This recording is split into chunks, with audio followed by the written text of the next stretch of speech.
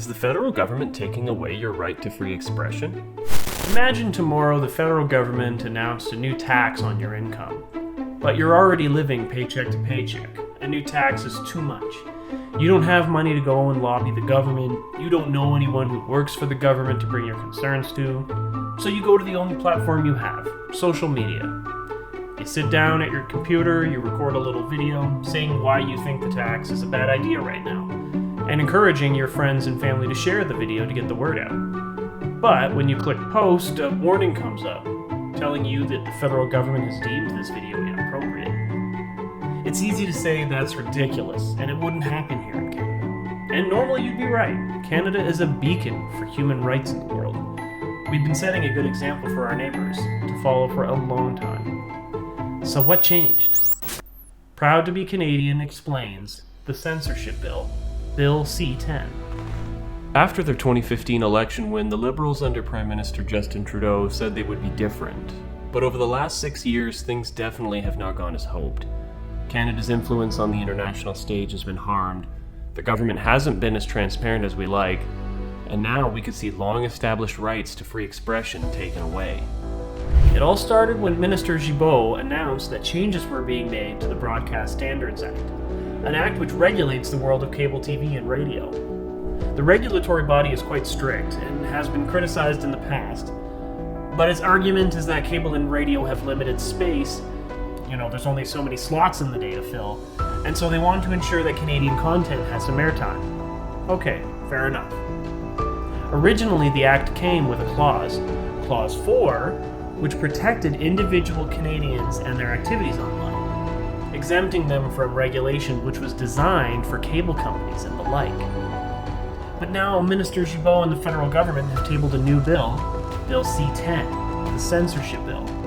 It removes this exemption, making every Canadian subject to regulation by the CRTC, along with a few other goodies designed to stifle free speech in different ways, and make the CRTC the grand arbiter of the Canadian internet. This would effectively neuter the charter right to free expression, and make Canada one of the most authoritarian nations amongst its peers when it comes to free expression in the online sphere.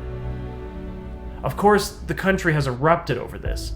Bloggers, journalists, politicians, heck, even former chairs of the CRTC. The guys the feds want to put in charge of regulating your content. They said this was a full-blown assault on free expression. So, Canadians didn't ask for this. Journalists didn't ask for this. The regulators don't want this power. Alright, well then who asked for this? It's hard to say. One wouldn't want to assume the government actually wants to censor us. Let's look at the government's defense of the bill to try and get some perspective. First, they claim that anyone who had issues with this was a conspiracy theorist. This was followed up by Minister Gibault going on a number of Canadian news networks trying to defend this bill, where he looked frankly awful and stumbled through a lot of ums and buts. Then the federal government tried to claim that despite giving themselves this power, they wouldn't use it. Okay, but then why give yourself the power? Why not just leave the charter alone and let Canadians have their free expression? If the feds wanted to make the companies pay their fair share, they have a lot of options available to them well before you get down to censoring each Canadian's social media posts. It also makes one think about how nearly all the public conversation we have occurs online. When we talk about the government or give criticisms and call for public figures to resign, that all happens on the internet, on social media, on the places this government wants to control.